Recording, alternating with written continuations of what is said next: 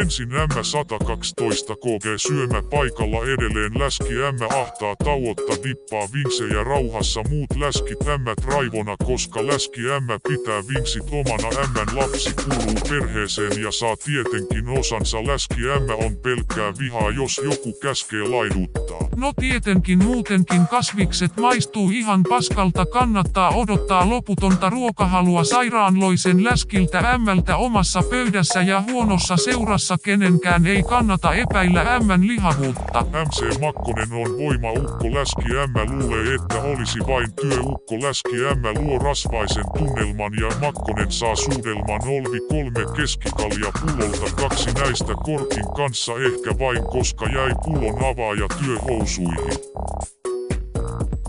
Läski M on pelkkää vihaa. Läski M on pelkkää vihaa. Kenenkään ei kannata epäillä läskin M:n ruokahalua. Läski M on pelkkää vihaa. Läski M on pelkkää vihaa. Kenenkään ei kannata epäillä läskin M:n ruokahalua. MC Makkonen on työukko niin kuin Kauppisen firman kulmalla. Etkä sille kynä niska mahda paskaakaan.